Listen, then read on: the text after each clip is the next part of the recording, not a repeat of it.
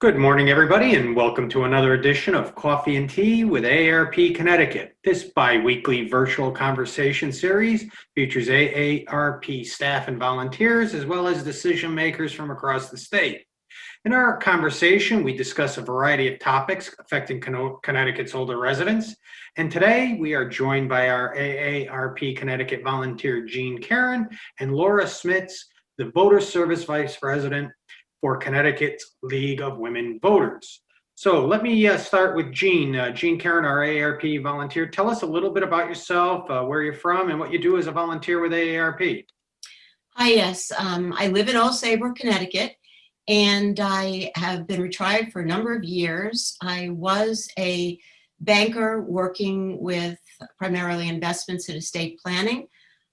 When I left and retired, I was looking for something to keep me up to date on issues that are important to me, and lo and behold, a friend introduced me to AARP. I had no idea the breadth of the experience that I would have from my volunteer engagement with AARP. You know, I thought it was all about the magazine and old people, but it turned out to be a truly wonderful experience. So I've been involved in a number of issues with AARP. I was a caregiver for my mom until she passed at the age of 97. And so this experience really helped me with the issues that I faced caring for her. I've been involved in retirement security because that's something near and dear to my heart from my professional background, a host of things. And particularly this difficult year, living through the pandemic, the voting issues are paramount to me. And therefore, I'm really excited that I was invited to share my experience with this audience. So I look forward to our conversation. Thank you so much, Jean, and it's great volunteers like you that keep us going. So now I would like to introduce Laura Smits, the Voter Services Vice President for the Connecticut League of Women Voters. And Laura, for those of you who might not be familiar with the League, why don't you tell us a little bit about the League of Women Voters, what they do, and the kinds of things they're working on, and a little bit about what your role is with the League of Women Voters. Sure, John. Thanks for having me. It's great to be here. The League was basically started over 100 years ago now when the 19th Amendment was passed, giving women the right to vote. And we had spent so much time nationally organizing all over the country groups of women to help make that happen. And it was something that was worked on 100 years before that. But for lots of reasons, most of them political, it was the women were saying, you got to wait until after the Civil War, all of these things. So when women started getting involved in abolition, they realized that, hey, we're fighting for rights of other people. When we don't have the right, we're fighting for them for. So it became this big movement. And once those women were organized, and after the 19th Amendment passed, people were like, well, you know, Carrie Chapman Catt, who was one of the instigators, if you will, said, wait a minute, we have all these women, we're already organized. We just enfranchised 5 million women who might not know what they're doing. How do they register in their state? What's the education that they need to get informed about the issues? So that became our new mission, not just registering voters, but also educating voters about the issues and the particulars so that they become informed citizens, which is really the goal that we still have today, although now we've extended our reach to get to populations of color, people in communities of color, people in communities where they don't have access to transportation to go vote. So a lot of our work is basically involved in how can we make more people, everybody eligible should be able to vote. That's the bottom line. Every eligible citizen should have the right to vote and be able to do so. So turnout is key.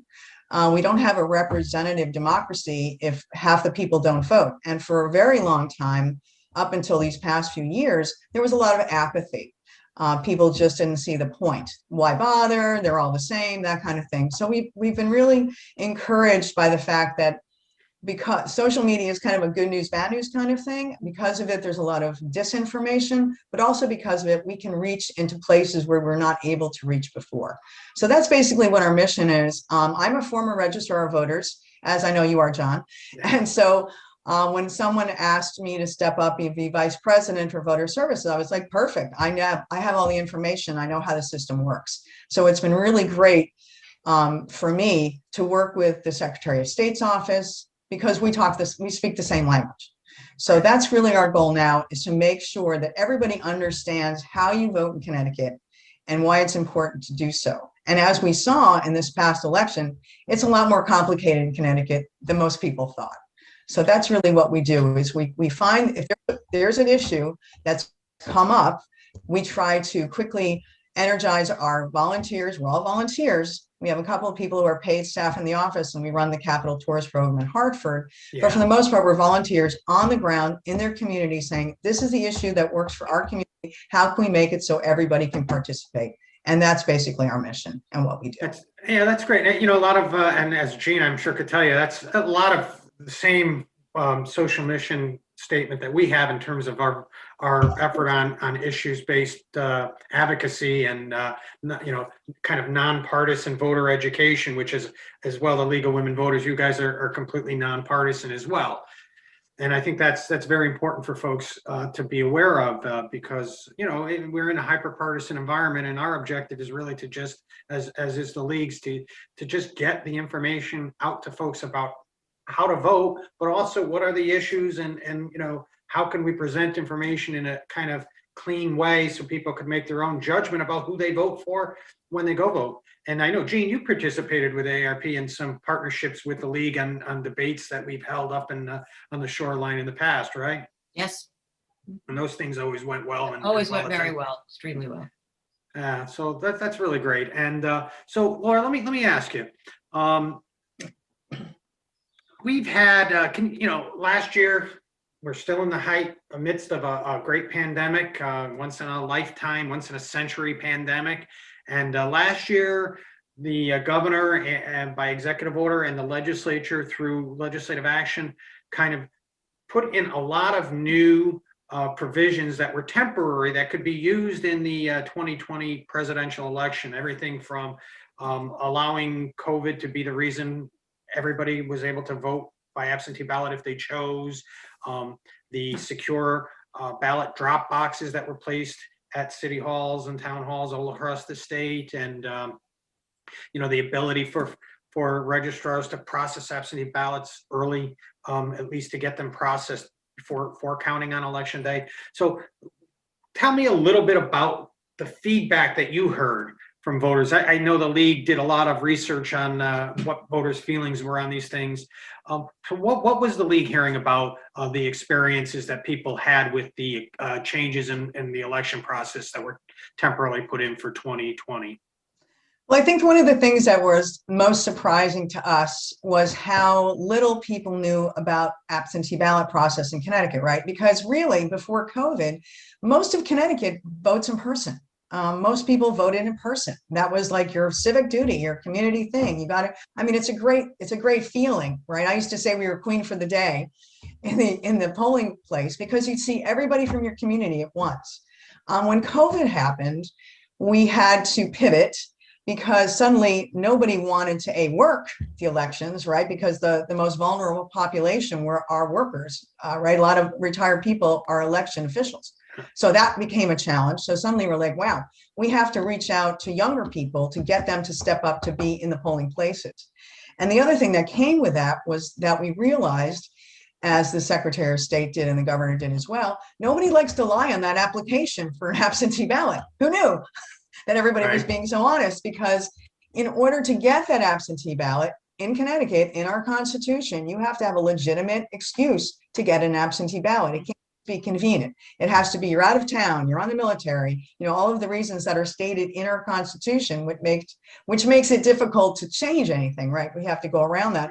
So we quickly had to create, and we couldn't do this in person, which is usually how we roll. We usually go into schools, we go into the community, we go to colleges and educate people how to vote by absentee. So we really had to make sure that we had tools. We did PowerPoint presentations instead. We had written materials that you could find online about how to fill out that application.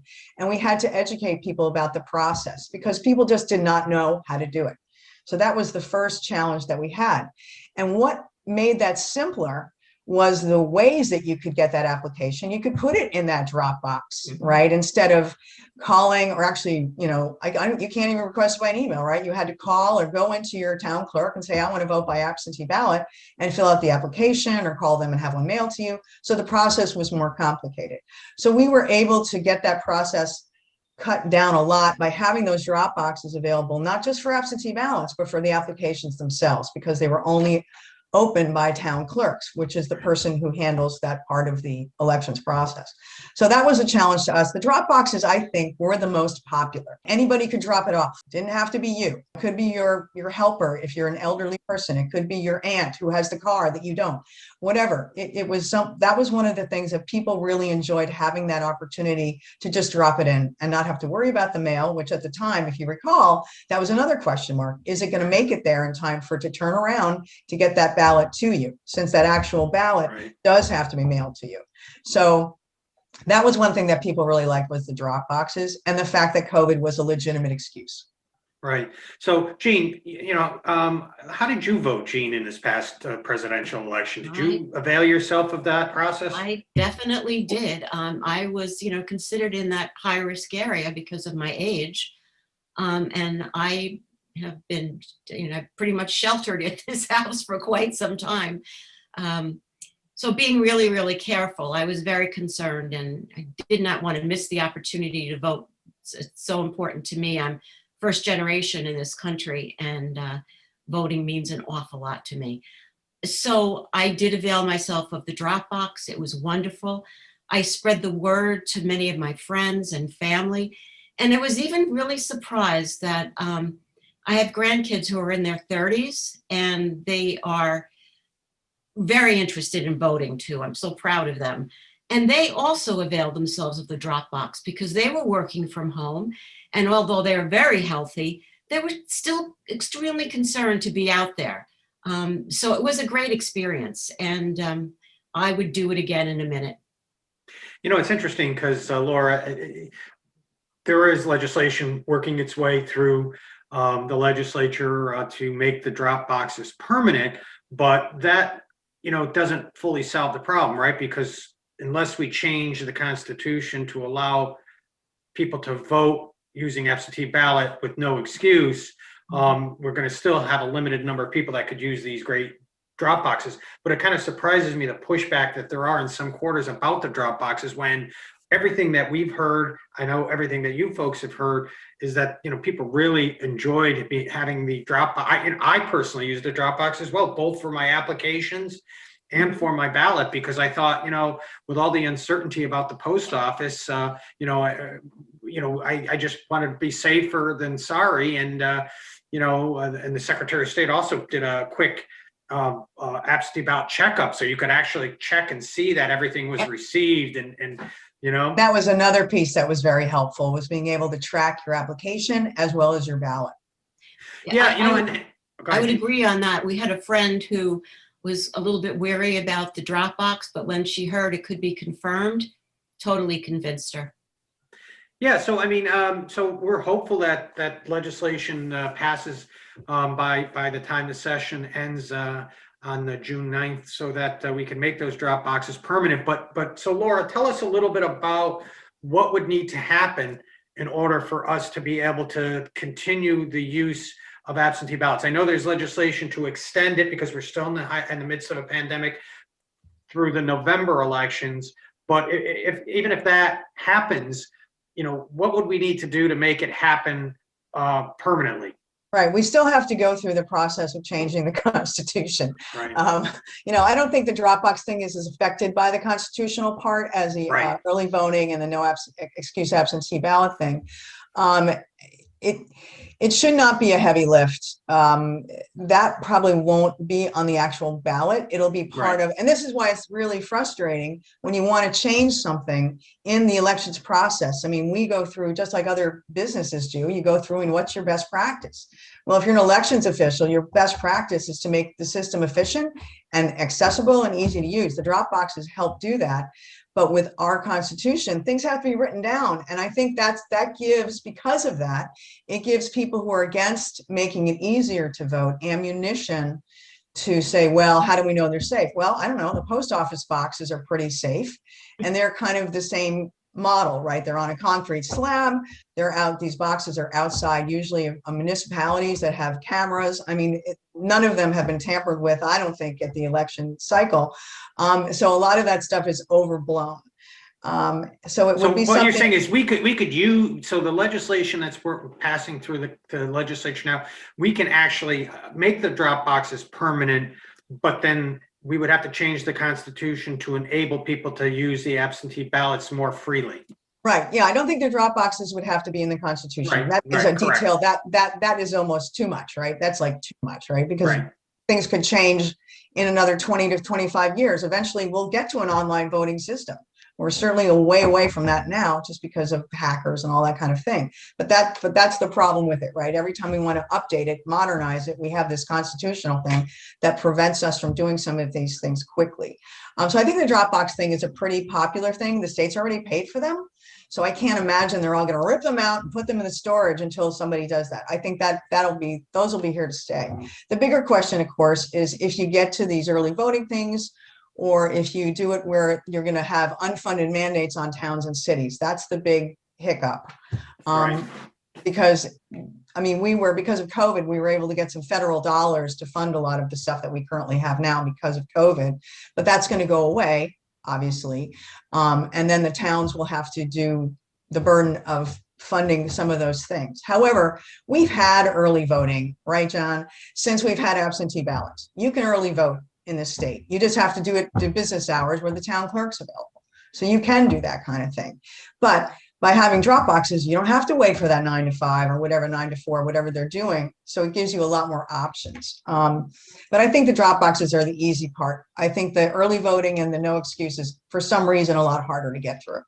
Right. So now the legislature is in the process of passing the in-person early voting for the second time in 2 legislatures with a simple majority to pose what to the voters in 2020? Basically, to what it will do is on the question that will appear on the ballot, we're hoping 2022, will be to the voters, should the voters of Connecticut amend the Constitution to allow early voting. Right. So then I don't know if it'll be that simple because lawyers are in charge. You know, it has to be legal language, but it will be a question on the ballot, because once we say, yes, let's go look into the Constitution, then we can make the changes that we need. Legislatively, right? Legislatively. Right. So this would just remove the prohibition, right? Because I think our Constitution says election day has to be the first Tuesday after the first Monday in November. And so that's why we can't do early voting. But this constitutional referendum would remove that provision. So Jean, you're looking forward to helping us in 2022 educate the voters on what that's all about. Absolutely. Because I mean, you were a poll worker, Jean, right? I mean, you remember the burden. I mean, you would see what something like that would do in terms of taking the burden off poll workers. For sure.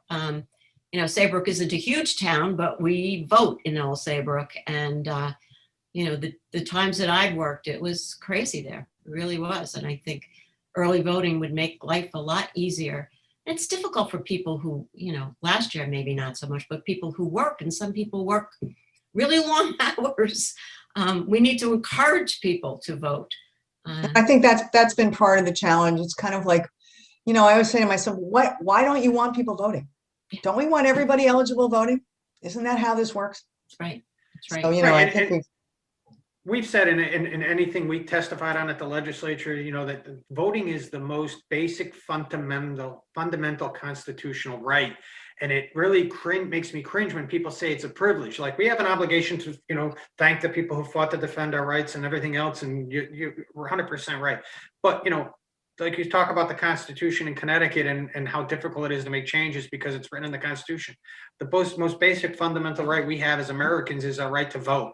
Mm-hmm. And we should do everything we can to encourage it. And that's why, AARP and the League and other organizations working with the Secretary of State are supporting, bringing to the voters the ability to change our Constitution, to just remove prohibitions, not to kind of, like you said, write anything new into the Constitution, but to give the legislature the ability to make life easier by having early in-person voting, or no excuse absentee balloting, because Laura, you put it right. How many people look at the application and say, well, I'm not in the military, or I'm not out of town for, because people don't realize you have to be able to vote absentee ballot under today's laws. You have to be out of 6 a.m. to 8 p.m. If you're home, like even 1 minute during voting hours, under the current wording of the law, you have to vote in person. Right. Yeah. So we should do things to make it easier for folks. Right. And it's not just, the people with multiple jobs. I mean, I was a registrar in Weston, which is a small town like Saybrook, and we had guys who commuted to New York. They left at 5:30 in the morning to get a train. And if they didn't catch that last train, the one that arrived at 7:35, they're still racing home to get to that polling location. Right. So it affects people, and it shouldn't be hard. It shouldn't be something that's difficult. For most people, this is the only thing they do. That's their civic engagement. It's really the only power we have. So we should be able to give that power back to them and let them decide when they're going to vote, how.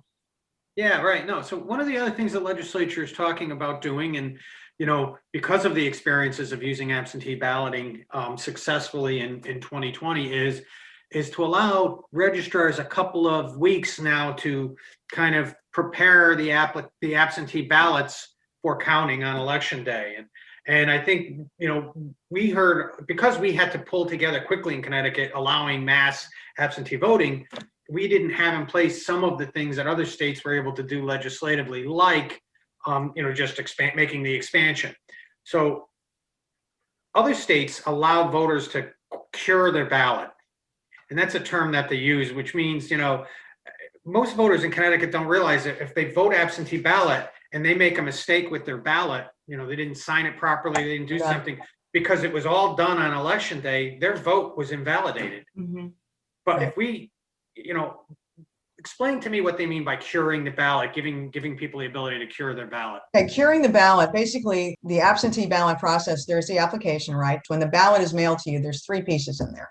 There's an outer envelope, there's an inner envelope, and there's the ballot. And the reason that we have those inner envelopes is basically to secure the privacy of that voter.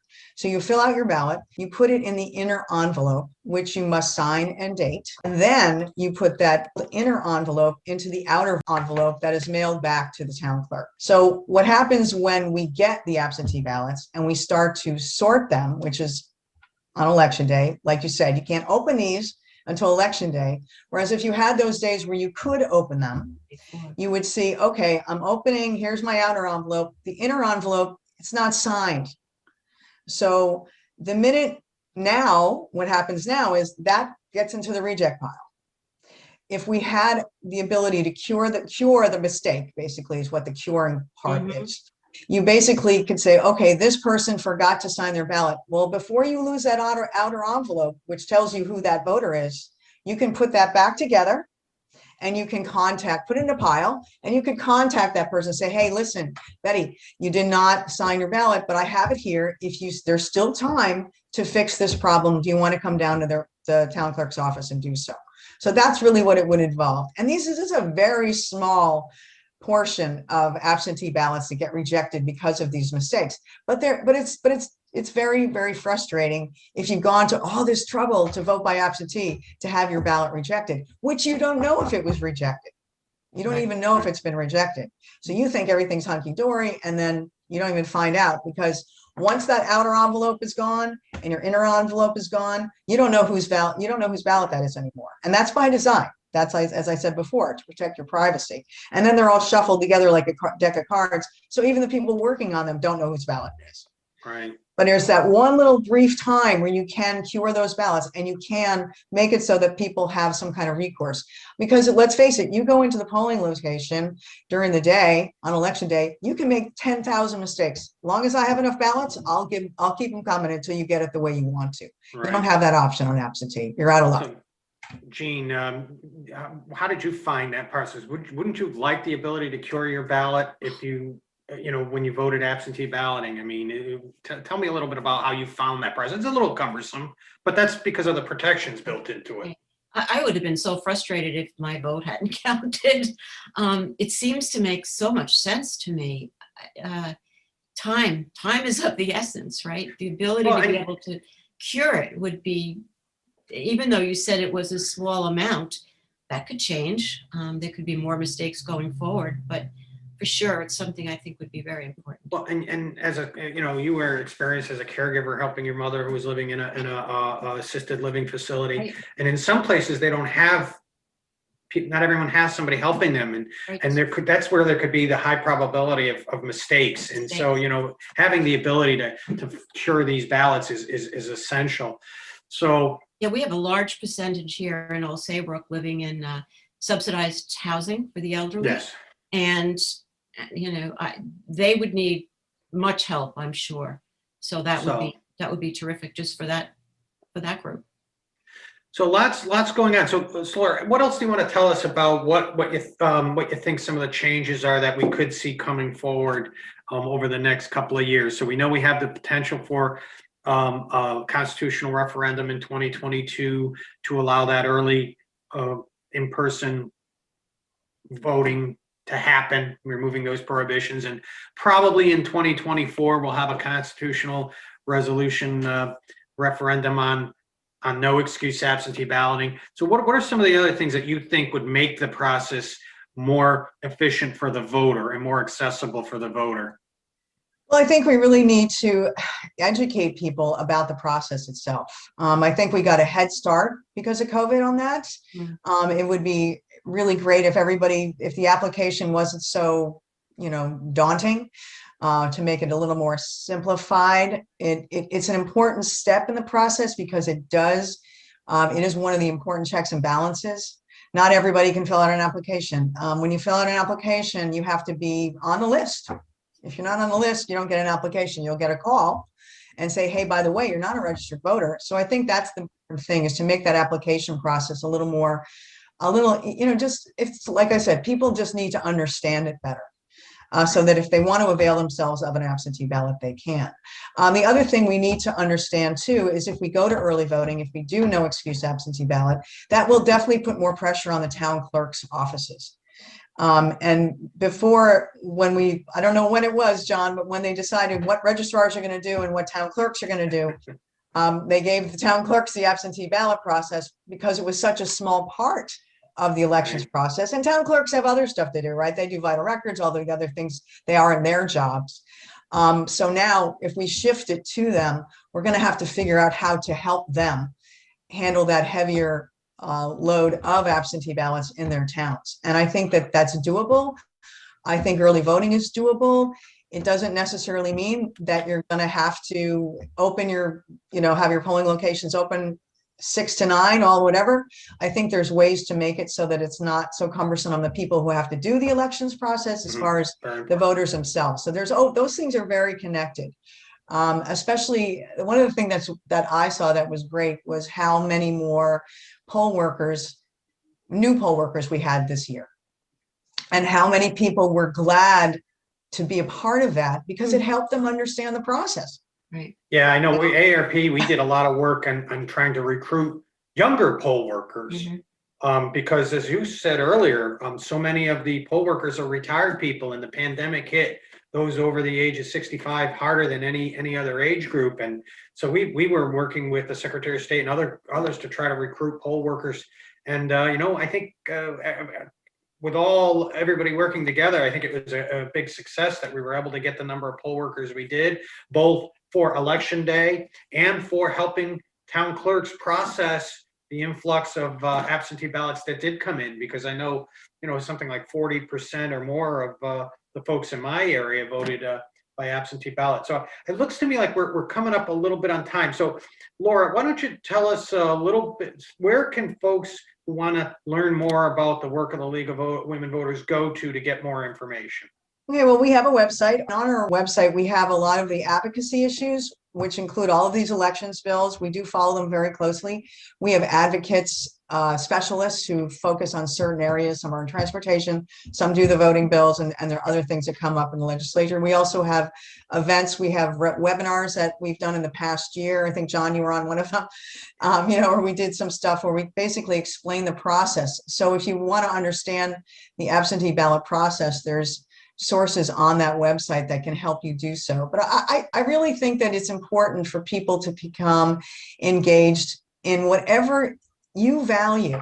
You know, if you're a voter and you care about the environment, if you care about your schools, this is a way for you to find out more about that, find out what it is on the local level as well as the state level, which is why I encourage everybody to connect with your local League of Women Voters. We have over 20 chapters throughout the state in different areas of the state. And it's a way to get involved in your local community, but also helping yourself understand the process and understand the issues that are important to your community. Because let's face it, we have 169 towns and they all do stuff differently. We all think about certain things differently. So there's always that. That's one thing that's amazing in a small state like Connecticut, is how many different cultures we have.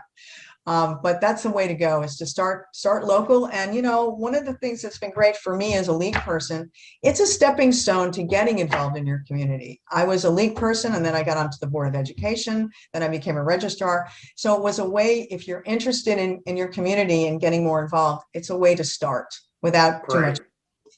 We really appreciate Laura, you being with us and all the work that the league does and all of the times we've done joint events, both on these topics and just general voter education with the various chapters of the league throughout the state. There's Jean, one of our great volunteers. Jean, any closing words for our viewers today? Well, I would also add that AARP is a great source for information on voting, aarp.org. Try to say AA too fast. You know, it certainly has been a great volunteer experience to me. Over the years, I've volunteered for many organizations, but there's so much with AARP, so there are great opportunities there as well. And I really appreciate being included on this call because it's something very important to me. Thank you.